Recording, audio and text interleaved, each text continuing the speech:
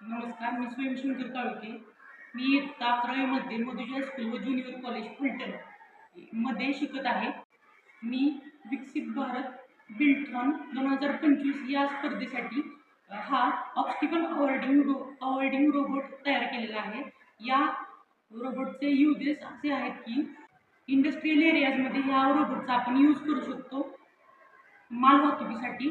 त्यानंतर आपण disaster management करण्यासाठी, लोकांना रेस्क्यू करण्यासाठी हा रोबोटचा यूज करू शकतो.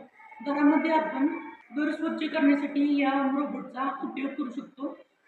त्यानंतर या रोबोटला अजून ॲडव्हान्स करण्यासाठी आपण या ठिकाणी आपण याच्या मायक्रो कंट्रोलर बदलू शकतो, अजून ॲडव्हान्स करू शकतो हा रोबोट.